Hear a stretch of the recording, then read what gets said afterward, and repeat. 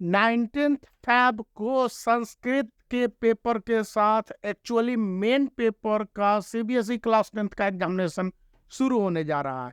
इससे पहले सीबीएसई ने कई सारे इंस्ट्रक्शंस और गाइडलाइंस जारी किए हैं। उनमें से एक गाइडलाइंस जिसको पहले भी दिया गया था कि स्टूडेंट जो भी दिल्ली, एनसीआर, हरियाणा वगैरह में रहते हैं और वहाँ पर एग्जामिनेशन सेंटर के लिए घर से पहले निकले, जितना समय हो सकता है 1 घंटे, 2 घंटे, 2.5 घंटे, और अपने एग्जामिनेशन सेंटर का सही लोकेशन ले लें। आप गूगल मैप पर ले सकते हैं, मैकबुक होगा तो वहाँ पर आपके पास मैप मिल जाएंगे, और डिस्टेंस को एक्चुअली इस तरह से कवर करें कि बोर्ड एग्जामिनेशन सेंटर पर आधे घंटे पहले पहुंचे।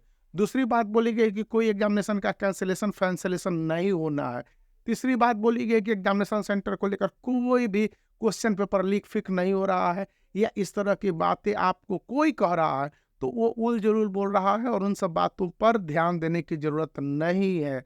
चौथी बात यह बोली गई है कि स्टूडेंट जितना संभव हो सके क्वेश्चन पेपर को एक बार जरूर पढ़ें, और क्वेश्चन पेपर को पढ़ने के बाद वो क्वेश्चन पेपर और 32 पेजेज के जो भी आंसर शीट होंगे उसमें आंसर को अच्छी तरह से लिखें, स्पष्ट शब्दों में लिखें, क्लियर विजुअल होने चाहिए, और इसके साथ साथ बॉल पेन से ही वे आंसर को लिखें। आंसर को लिखते समय क्वेश्चंस को लिखने की जरूरत क्वेश्चन पेपर में नहीं है।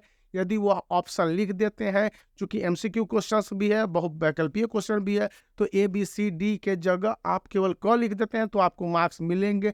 क के साथ उसका ऑप्शन भी लिखने की जरूरत नहीं है। लेकिन बहुत सारे स्टूडेंट ऐसी गलती करते हैं और वो 4 ऑप्शन में से ऑप्शन को भी लिखेंगे और ऑप्शन के सही आंसर को भी लिखेंगे। यहाँ पर इस विषय पर आपको एक इंस्ट्रक्शन से बता देना चाहूंगा कि यदि आप ऑप्शंस लिखते हैं और ऑप्शंस लिखने में गड़बड़ी हो गई, या क ख ग घ में से कोई को आपने गड़बड़ लिख दिया और ऑप्शन सही लिखा, तो उस कंडीशन में आपको मार्क्स नहीं दिए जाएंगे। इस बात के इंस्ट्रक्शंस है। हालांकि सीबीएसई कॉपी चेक करते समय रूल थोड़ा बहुत बदल देती है, फ्लेक्सिबल होती है, लेकिन अभी के समय में जो इंस्ट्रक्शंस है मैं आपको वही बताने जा रहा हूँ।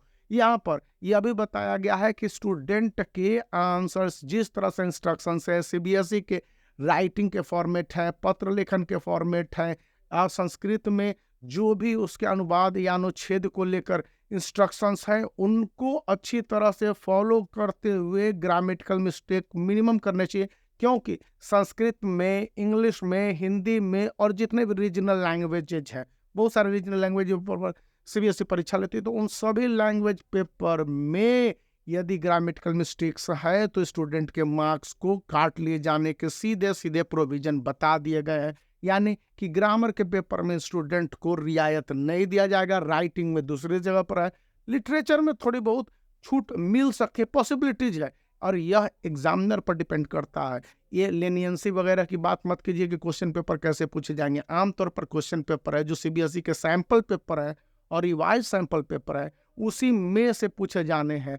और इसी बीच आपको मैं बता दूं कि आप स्क्रीन पर देख रहे होंगे कई सारे लिंक है उस वाल पब्लिकेशंस के, और वहाँ पर कई टेस्ट सीरीज चल रहे हैं डिफरेंट साइंस सब्जेक्ट के, मैथमेटिक्स के, तो आप वहाँ जाके जुड़ सकते हैं और उन लिंक्स से आप बहुत फायदा भी उठा सकते हैं। इसके अलावा सीबीएसई के 10 ईयर्स का भी एक बार जरूर देख ले, खास करके संस्कृत के पेपर और हिंदी के पेपर में, क्योंकि इससे आपको काफ़ी कुछ मदद मिल जाएंगे। तो बने रहने, वीडियो को लाइक करना, चैनल को शेयर करना और सब्सक्राइब करना याद रखें।